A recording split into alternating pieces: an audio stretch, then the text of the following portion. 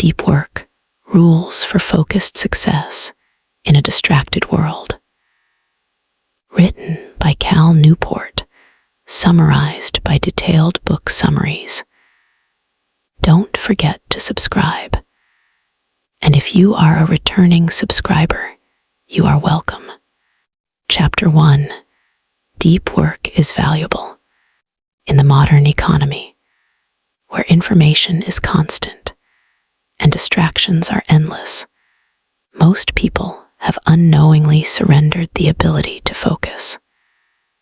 We've normalized jumping from email to tweet to chat message, calling it work, while our real cognitive muscles shrink in the background.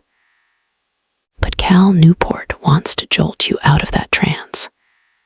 He argues that the future doesn't belong to the most connected or the busiest. It belongs to those who can do deep work. Deep work isn't some trendy productivity hack. It's a timeless discipline, the act of focusing intensely on a cognitively demanding task, free from distraction, for long stretches of time. And in a world addicted to multitasking, this ability has become rare and therefore incredibly valuable. Newport doesn't just define deep work. He makes a bold case for why it matters more now than ever before. The economy rewards people who can master hard things quickly and produce at an elite level.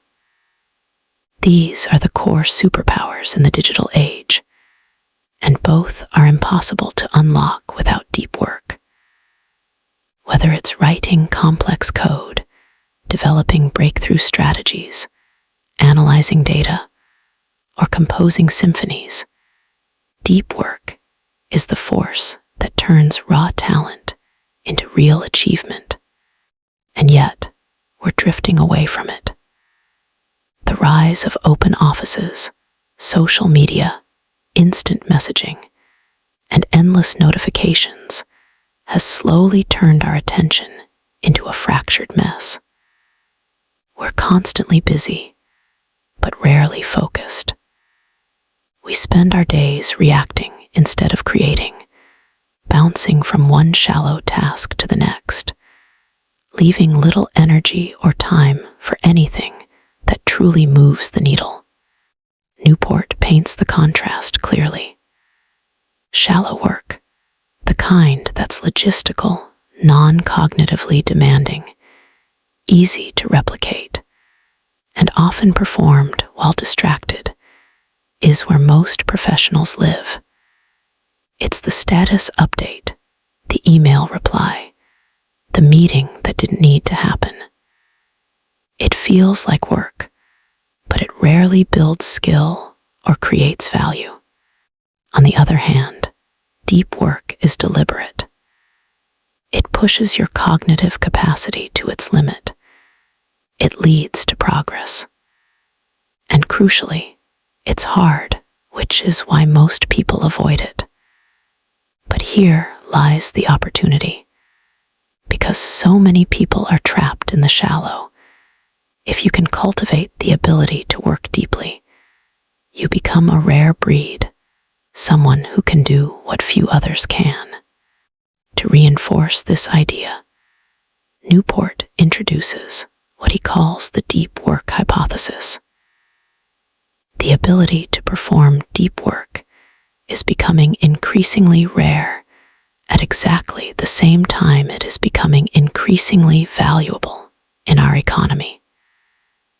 As a consequence, the few who cultivate this skill and then make it the core of their working life will thrive.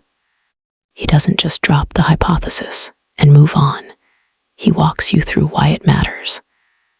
We're in a shift, he explains. The digital revolution has created an economy where winners take all. The best programmers, writers, designers, consultants, they command outsized influence and compensation. But to become that good, to learn hard things fast, to produce outstanding results, you must have the ability to go deep. Newport offers two core abilities required to thrive in this new economy: the ability to master complex tasks quickly, and the ability to produce elite quality work in less time. These aren't natural gifts, they're trained capacities, and they are trained through deep work. He illustrates this with examples. Carl Jung, one of the most important figures in psychology, withdrew to a stone tower in the woods to escape the noise of daily life and focus on deep, uninterrupted thought. Bill Gates famously took think weeks, isolated periods of reading and contemplation that sparked some of Microsoft's most visionary moves. These weren't accidents. They were systems built around depth. Newport wants us to take this personally. He argues that deep work isn't just a professional advantage. It's also a path to a more meaningful life. When you commit your attention fully to a task, when you dive deep into something hard and come out the other side having created something excellent, you don't just get better results. You feel more fulfilled. You feel aligned. You feel like your time actually mattered. And yet, he knows the environment isn't helping. Companies reward responsiveness over craftsmanship. Culture favors speed over depth. And individuals often settle for busy work because it's safer than facing the difficulty of real focus. But this is where deep work steps in, not just as an idea, but as a call to arms. Newport ends the chapter with a silent dare to the reader. If you want to rise above the noise, if you want to learn hard things and do work that matters, if you want to be part of the few who will thrive in the world that's coming, then you need to build your life around deep work. Not someday. Not when your schedule clears. Now. Because deep work is not a luxury. It's your new superpower, waiting to be developed. Chapter 2, Deep Work is Rare. We like to believe we're doing important work. But if we're honest, most of what fills our calendars and inboxes is noise. Meetings about meetings. Notifications that never end. Constant pings. Endless scrolling. It's a whirlwind of motion, but not progress.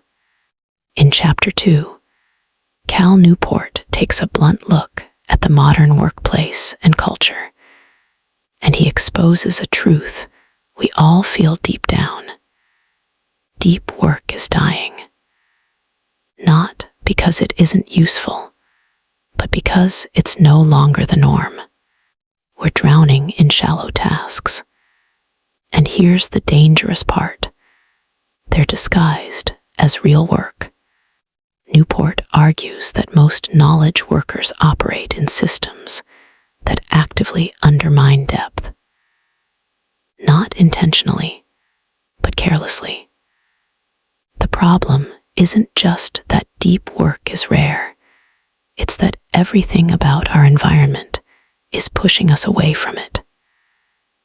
And the more shallow the world becomes, the harder it is to even recognize the loss. Let's talk about the office. Imagine you're at work. Your inbox is flooded. Slack is buzzing. Your calendar is packed. You try to do some focused writing or problem solving, but someone taps your shoulder, or a new thread starts, or a notification dings. You're pulled in 10 directions, constantly switching tasks. And the worst part, once considered normal, Newport introduces the idea of the culture of connectivity, a workplace standard where being constantly available is seen as a virtue. People brag about being reachable, fast to respond, always plugged in. But this addiction to responsiveness comes at a cost. When you're always available to others, you're never truly available to your own thoughts. He talks about the open office trend, too, meant to foster creativity and communication, but often just creating more distraction. Constant background noise, coworkers walking past, casual interruptions. It's a death sentence for deep concentration. Studies even show that open offices hurt productivity more than they help. But the trend remains. Why? Because most organizations don't know how to measure deep work.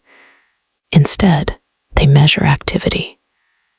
Emails sent, messages answered, meetings attended. These things are visible, trackable, and easy to quantify. Deep work, on the other hand, thinking, problem solving, building something meaningful, is quiet, invisible. It happens behind the scenes. And that's where the danger lies. What we measure becomes what we value. Newport explains that without a clear understanding of what matters, companies fall into the trap of busyness as a proxy for productivity. If you look busy, if you're active, if you respond quickly, it feels like you're productive, even if you're doing shallow work all day. It's easier to reward responsiveness than to recognize the slow, silent burn of deep, focused effort. This leads to what he calls the metric black hole. Organizations can't measure the output of deep work in real time, so they default to what they can see: email traffic, number of meetings, visibility. And people adapt. They stop chasing impact and start chasing activity. Depth is sacrificed for the appearance of speed. Then comes social media. Newport doesn't pull punches here. He argues that social media platforms, while great at grabbing our attention, are rarely optimized for professional success. They fragment our focus. They reward shallow interactions, likes, comments, retweets, while eroding our ability to concentrate deeply. And yet, people defend their use. I need it for networking, they say, or it's how I promote my brand. But Newport challenges that. He believes professionals should be skeptical of tools that diminish their ability to focus, even if those tools provide some benefit. You have to weigh the cost, because focus is your scarcest resource. There's a psychological layer, too. In a distracted world, deep work feels uncomfortable. We've trained our minds to crave novelty, to check, swipe, refresh. Sitting in silence, wrestling with a hard thought, following a single idea for hours, that's now painful. It's easier to be reactive, easier to feel busy than to sit with the weight of actual work. And Newport says this plainly. Most people don't choose shallow work because it's effective. They choose it because it's easier, because it gives the illusion of productivity without the discipline of focus. But here, where the chapter shifts from critique to opportunity, because if deep work is rare, and if deep work is valuable, then cultivating it makes you powerful. Newport isn't just describing a problem, he's revealing an edge. In a world of distractions, the person who can focus wins. The rarity of deep work doesn't make it obsolete. It makes it a competitive advantage. He leaves you with this: deep work isn't obsolete, it's just been forgotten. And the people who remember how to use it will stand out in their careers, in their creativity, in their lives. So the question becomes, are you willing to swim against the current? Because in a shallow world, depth is rebellion. Chapter 3. Deep work is meaningful. Let's stop for a moment and ask a bigger question. Why does deep work actually matter? Not just professionally, not just for performance, but personally, emotionally, existentially. In Chapter 3, Cal Newport steps away from economic value and career strategy and moves into something deeper, the human experience. He argues that deep work is not just productive, it's not just rare, it's not just valuable, it's meaningful. And meaning is what we're all really chasing. Newport begins by connecting deep work to our psychological well-being. There's something almost ancient about the feeling you get when you're completely immersed in a hard task. Time disappears. Distraction fades. You're just there, engaged, present. He calls this state flow, drawing from the work of psychologist Mihaly Csikszentmihalyi. Flow is not a luxury. It's a need. It's in flow that people report their highest levels of satisfaction, creativity, and peace. It's in flow that they feel most alive. And guess what? You can't enter flow by checking email, scrolling, or sitting in endless meetings. Flow requires deep, uninterrupted focus on something challenging. In other words, deep work. Newport gives examples of people across fields: writers, scientists, artists, engineers, all describing that same feeling. The joy of grappling with hard ideas, the fulfillment of pushing their limits, the contentment that comes from finishing something difficult and knowing you earned it. These aren't just anecdotes. They are reminders. We were designed for depth. Then he introduces a key idea. A life focused on deep work is a life well lived. Why? Because meaning is created when we invest attention in something larger than ourselves. When we do hard things well. When we make an impact, not by multitasking our way to burnout, but by concentrating our full mental capacity on something that matters. Newport reflects on the way modern life has eroded this. We've let noise invade every corner of our minds. The average person now switches tasks every 40 seconds. 40 seconds. We are pulled apart, mentally scattered, and we wonder why we feel anxious, drained, unfulfilled. The truth is, we're starving for depth. He presents compelling evidence from neuroscience and psychology. The brain likes challenge. It likes structure. It craves sustained effort. People who spend more time in deep work don't just perform better. They report greater life satisfaction. They are less prone to anxiety, more emotionally resilient, more confident in their abilities. Why? Because deep work gives you control. You're not just reacting to the world, you're shaping it. Every focused hour becomes an act of ownership of your time, your energy, your direction. And there's power in that. Newport shares an example from the world of craft. A blacksmith hammering steel in rhythmic silence. That rhythm isn't just physical, it's mental. It's meditative. It's meaningful. And whether you're a coder, a designer, a coach, or a writer, the principle holds. When you give your full self to your work, you forge meaning. That meaning doesn't have to be grand. It just has to be real. He challenges the cultural myth that fulfillment comes from work-life balance or endless leisure. Newport argues the opposite.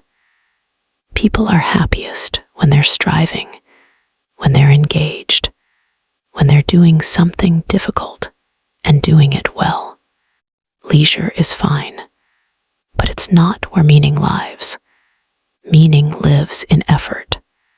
In the final pages of the chapter, Newport makes it personal. He reminds us that in a distracted world, choosing depth is an act of resistance. It's a stand for something better. You're not just being productive. You're protecting your mind. You're choosing purpose over noise, discipline over chaos, mastery over mediocrity. He ends with a quiet call. Don't just pursue success. Pursue depth. Because in the end, deep work doesn't just make you valuable. It makes you whole. Chapter 4. The Deep Work Philosophy. If you've made it this far, you already understand that deep work is powerful. It's rare. It's meaningful. But knowing that isn't enough. Because deep work doesn't happen by chance. It's not something you fit in between meetings or squeeze into a quiet Sunday afternoon. It has to be built into your life, deliberately, methodically, and with fierce protection. And that's where philosophy comes in. In this chapter, Newport urges the reader to not just appreciate deep work, but to adopt a way of living that supports it. To thrive in a distracted world, you can't just want focus. You have to structure your time and attention around it. You need a philosophy, a practical, repeatable method that governs how you integrate depth into your day-to-day routine. This isn't about theory. It's about implementation. He introduces the concept of aligning your life with a deep work philosophy, not just dabbling in focus, but choosing a mode of operation that gives deep work a real chance to happen. Different people need different models, depending on their careers, responsibilities, and temperaments. But everyone needs some kind of structure. And without structure, deep work gets devoured by shallow chaos. Newport begins by showing us the extreme end of the spectrum, the lifestyle of someone like Donald Knuth, a pioneering computer scientist who has essentially disappeared from public interaction to protect his time. Knuth does not use email. He doesn't engage in digital conversation. If you want to contact him, you write a letter. Because his work requires uninterrupted thought, and he guards that with near-religious devotion. This approach, Newport explains, is for the few who can afford to eliminate nearly all distractions. It's effective, brutally so, but not realistic for most people. Still, the lesson here is clear. Deep work requires requires sacrifices. Whether it's social connectivity, immediate responsiveness, or flexibility, something must be given up. And Nuth's monastic-style approach, as extreme as it is, shows what it looks like when deep work is non-negotiable. But most of us live in messier, more collaborative environments. So Newport turns our attention to a more balanced model, one that splits life into stretches of deep concentration and periods of regular, shallow engagement. He calls this a bimodal rhythm. Think of someone like Carl Jung, who split his time between Zurich, where he saw patients and gave lectures, and Bollingen, where he lived in a quiet tower without electricity and immersed himself in thought. Jung didn't work deeply every day, but when he did, it was pure, uninterrupted, and intentional. The bimodal philosophy allows you to work deeply without disconnecting from the world entirely. But it demands that your deep periods be sacred, extended, and protected. For those who can't take days or weeks off at a time to go deep, Newport explains another strategy. Build deep work into your day by turning it into a habit. This is the rhythmic philosophy. You carve out a specific time each day, maybe early in the morning before the chaos begins, and that becomes your deep work block. Like going to the gym, you do it whether you feel like it or not. There's no drama, no inspiration required, just a simple routine that lowers the barrier to entry. Because over time, consistency beats intensity. Even an hour a day, done without fail, adds up to profound results. This method, Newport explains, works particularly well for people with stable schedules. It removes the friction of deciding when to work. You don't have to rearrange your life. You just insert a block of focus and protect it like you would any meeting or deadline. It becomes part of who you are. Finally, Newport explores a model that appears spontaneous, but requires the most discipline of all. The journalistic philosophy, named for the way seasoned reporters can slip into writing mode at a moment's notice, is about fitting deep work into open slots whenever they arise. It's flexible. It's responsive.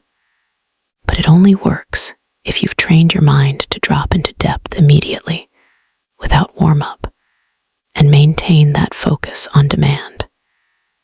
This is not for the distracted beginner. It's a mastery-level move.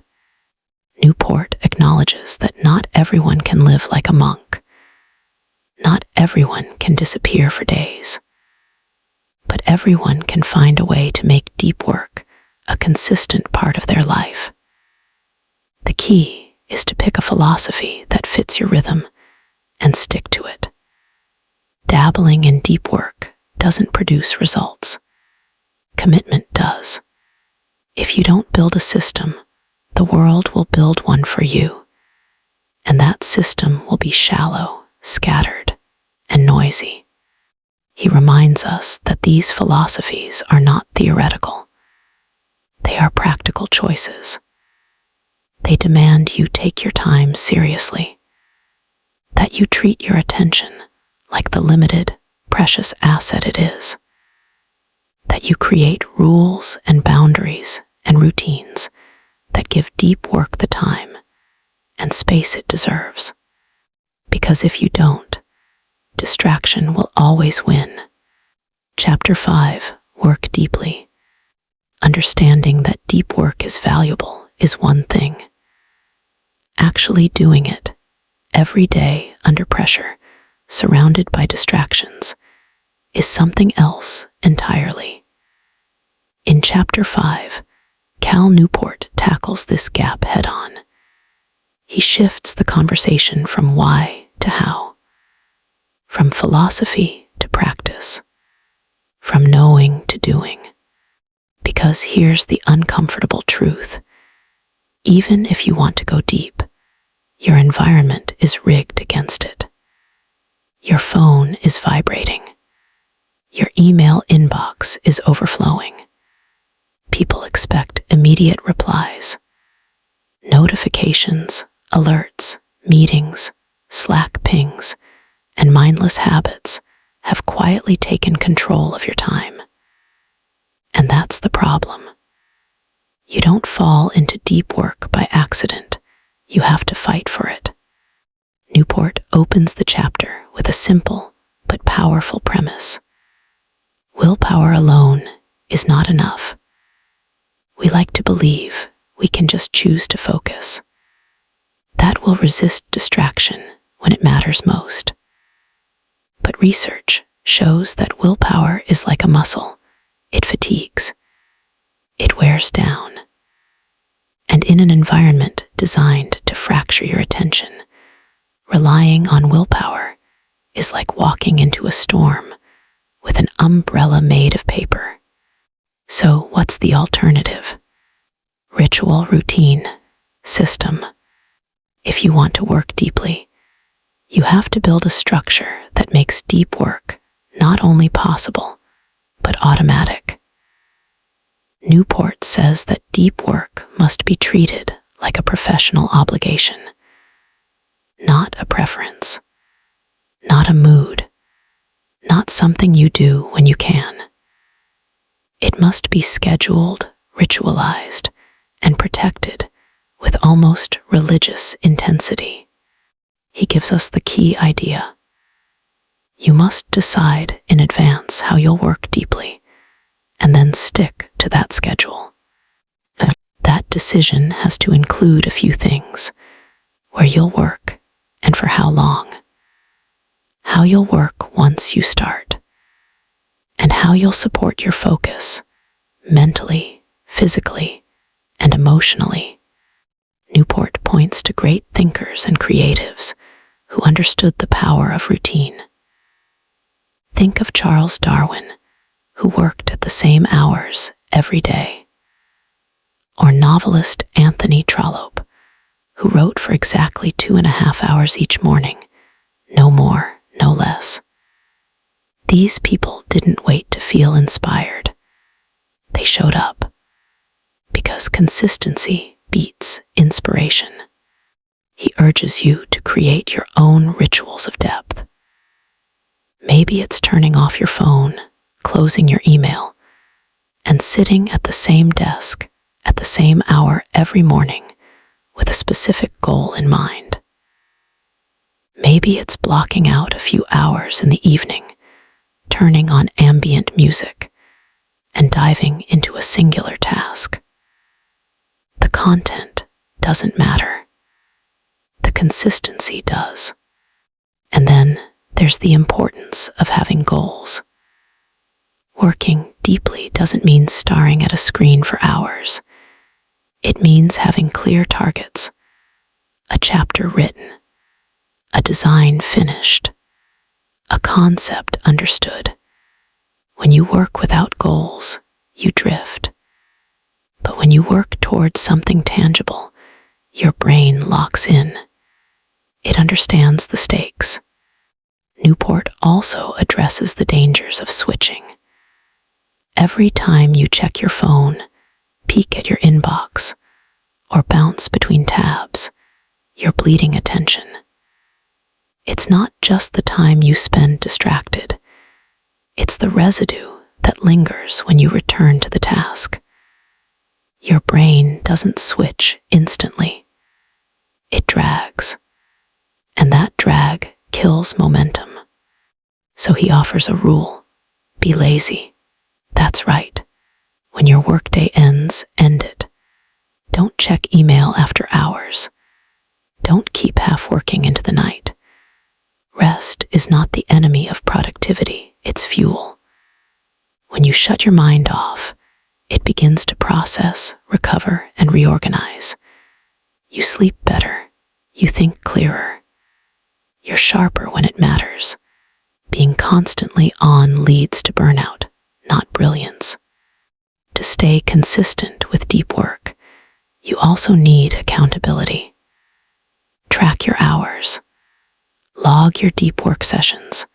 Make it visible. Because what gets measured gets improved. Newport suggests using a physical calendar or notebook. Each deep work block gets a check mark. Over time, you build a visible streak, and no one wants to break a streak. He dives deeper into psychology by referencing the work of productivity philosopher Raymond Chandler, who famously said, "If you're going to be a writer, you need to write." And so Chandler would sit at his desk every single day for 4 hours. He could either write or do nothing. No reading, no talking, no tasks. Just write or sit in silence. And eventually, boredom lost. Writing won. That's the game. You don't wait for focus. You engineer it. You make it inevitable. Newport warns us about the seductive power of pseudo-productivity, doing things that look like work but aren't, answering emails, tidying up folders, checking notifications. They feel good. They keep you moving, but they don't move you forward. Deep work, on the other hand, feels harder. It demands more, but it delivers results that actually matter. He tells you to embrace the discomfort. Deep work is not meant to be easy. It's cognitively demanding. It drains you, but that's the point. Like lifting weights, the strain builds strength. And every time you complete a focused session, you train your mind to go deeper next time. By the end of the chapter, Newport makes it clear, working deeply isn't about being perfect. It's about being deliberate, crafting a life that supports the depth you claim to value. Not occasionally, not when you have time, but every day by design. So stop relying on willpower. Stop hoping the world will give you space. It won't. Instead, build your rituals. Block your time. Protect your focus. And do the kind of work that leaves a mark, not because it was easy, but because it was earned. Chapter 6. Embrace boredom. We live in a world where attention is under siege. The moment a task gets hard or a moment feels dull, we reach for our phones, check our notifications, scroll something, anything, to avoid sitting still. But in Chapter 6, Newport offers a counterintuitive command. If you want to master the skill of deep work, you must first master doing nothing. Yes, you heard that right. To go deep, you must first embrace boredom. It sounds almost ridiculous at first. We've been trained, conditioned, to believe that boredom is the enemy, something to be avoided at all costs. But Newport flips the narrative. He says boredom isn't the problem. Boredom is the gateway. The ability to resist distraction, to sit with unease, to be present in stillness. These are the foundations of deep focus. This chapter opens with a powerful realization. Your ability to concentrate is a skill. It's not something you're born with or without. It's something you train. And the way most people live, constantly filling every gap in attention with a dopamine hit, is actively detraining that skill. Let's break that down. Every time you check your phone while waiting in line, every time you scroll Twitter while sitting on the toilet, every time you glance at your inbox while watching a video, you're telling your brain, silence is dangerous. Stillness is uncomfortable. Focus is something to avoid. Over time, you become incapable of sustained thought, even if you want it. So Newport says, stop giving your mind a crutch. Let boredom do its work. He challenges us to retrain our brain to get comfortable with silence, discomfort, and mental effort. The world is full of shallow rewards, notifications, likes, quick laughs. But deep work is demanding. It doesn't offer quick wins. It requires patience. And if your mind has been conditioned to expect stimulation every 60 seconds, how can it possibly sit still for hours to solve a hard problem? He compares your brain to a muscle. If you train it to sprint from one stimulation to another, that's all it will be good for. But if you train it to endure by practicing focus, by resisting distraction, by embracing silence, it will grow stronger. And soon, it will become your greatest tool. One of the key ideas in this chapter is don't take breaks from distraction. Take breaks from focus. It's subtle, but it's a game changer. Most people try to focus for as long as they can and then reward themselves with a scroll, a text, or a snack. But Newport says, flip the formula. Instead, schedule your distractions. Decide in advance when you'll check email or social media, and only do it then. Outside of that window, you let the urge pass. You hold the line. You resist. This might feel extreme, but it builds a vital muscle, attention resistance. And Newport knows that this kind of discipline won't come naturally at first. It'll feel like withdrawal. You'll reach for your phone out of habit. Your fingers will twitch for a quick scroll. But over time, the noise fades. The itch subsides. And in its place, something powerful begins to grow, your ability to stay with a thought, to ride through discomfort, to do the work others avoid. He introduces exercises too, not just theory, but practice. One powerful technique is productive meditation. You take a hard problem and go for a walk. No phone, no music, no distractions, just you and the problem. As your mind wanders, you gently bring it back, again and again. This isn't just about solving the problem, it's about teaching your brain to stay. He warns you, though, your mind will wander. That's okay. What matters is the return. The act of pulling it back is what makes you stronger. Over time, this builds endurance, the kind that lets you sit with a difficult task for hours and not run away. Another practice is interval training for attention.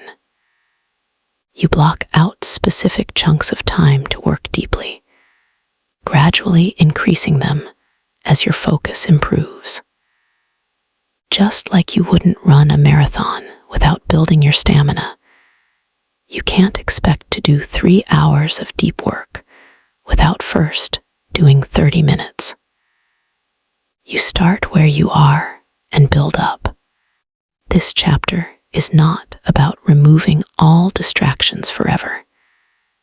It's about regaining control, about being the one who decides what you focus on, rather than letting the world hijack your mind every 5 seconds.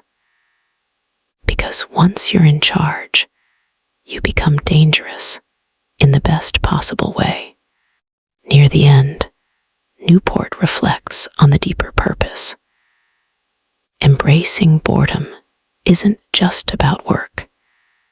It's about reclaiming your mind, about learning to be present, even in the in-between moments, about turning your back on the shallow rhythms of modern life and stepping into something richer, slower, more powerful. He makes one thing clear: distraction is not just a nuisance. It's a threat. It's weakening your ability to think, to create, to solve, to be human in the deepest sense. And the antidote isn't more hacks or faster tools. The antidote is discipline, stillness, silence, depth. So the next time you're tempted to check your phone while waiting for a page to load, don't. Sit there, let the discomfort wash over you, and smile, because you're not running anymore. You're training. Chapter 7. Quit social media. You've probably heard it before. You need to be on social media to stay relevant. That belief has become gospel in the modern world. Whether you're an entrepreneur, an artist, a freelancer, or just a regular professional trying to keep up, the assumption is that presence equals progress. That the more you're online, the more valuable, visible, and connected you are. But Cal Newport doesn't buy it. And in Chapter 7, he comes with a sledgehammer. He says, quit social media, or at least rethink it entirely. Now, Newport doesn't argue that all social media is evil. He doesn't suggest you throw your phone into the ocean and go live in a cave. What he does argue, fiercely, is that these tools are not neutral. They're not just harmless platforms for sharing photos and building a network. They are finely tuned attention traps, engineered to manipulate your behavior, hijack your time, and destroy your ability to focus.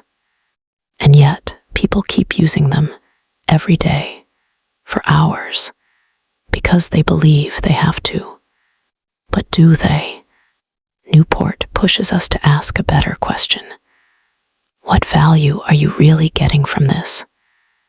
Not just theoretically, not just potentially, but tangibly.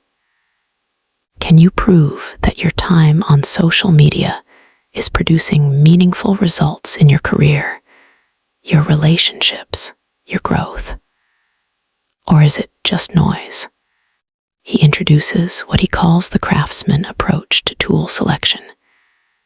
It's a mindset borrowed from people who work with their hands, woodworkers, blacksmiths, craftsmen.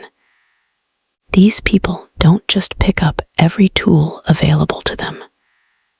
They're selective.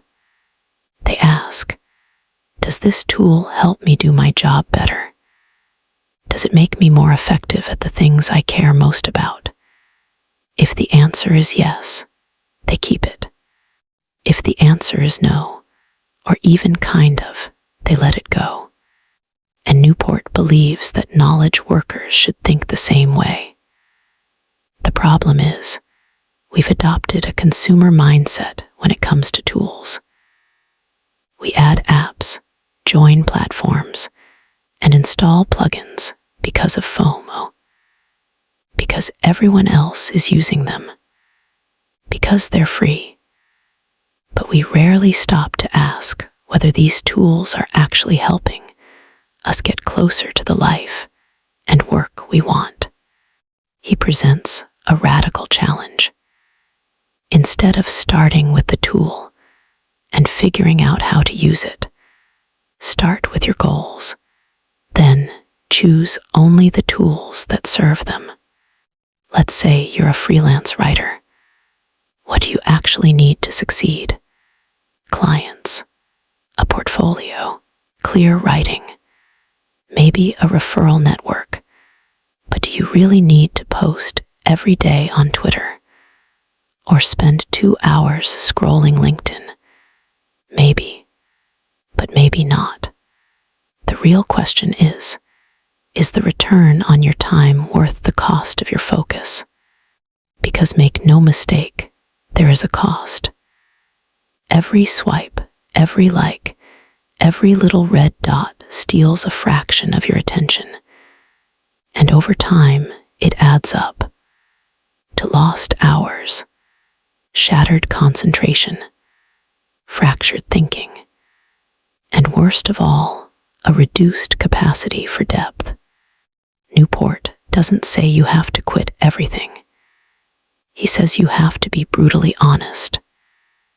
You must evaluate your tools based on what they actually deliver, not what they promise. Just because a platform offers some value doesn't mean it deserves a place in your life. And even if it provides a bit of benefit, that doesn't automatically justify the drag it places on your focus. He proposes a bold experiment. Take a 30-day break from all optional digital tools, especially social media. No posting, no checking, no lurking. After 30 days, reflect on what you missed, if anything. Then, only add back what provides clear, substantial value, and only under strict conditions that protect your attention.